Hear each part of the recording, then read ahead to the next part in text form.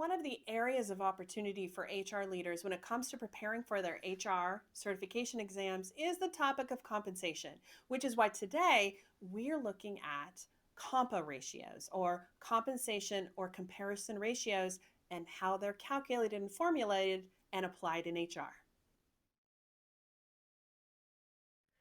One of the ways you would use a Compa ratio is normally during annual review time.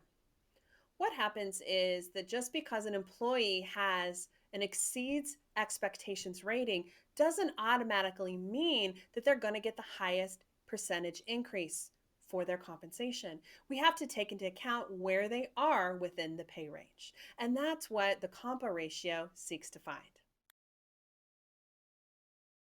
So the formula for the Compa ratio is actual salary divided by the midpoint range. And then you're going to multiply that by 100.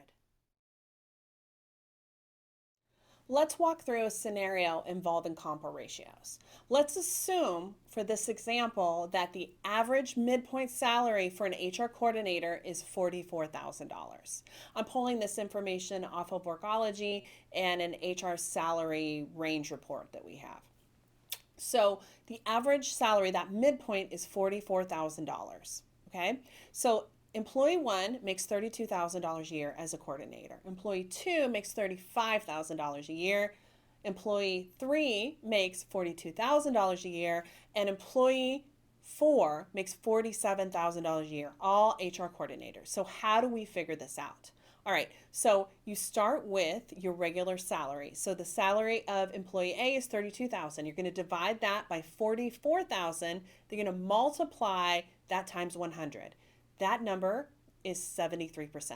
So the Compa ratio for your employee or HR coordinator who makes $32,000 a year is 73%. Now that employee who makes $35,000 a year, it's $35,000 divided by $44,000. Remember, that's your midpoint multiplied by 100.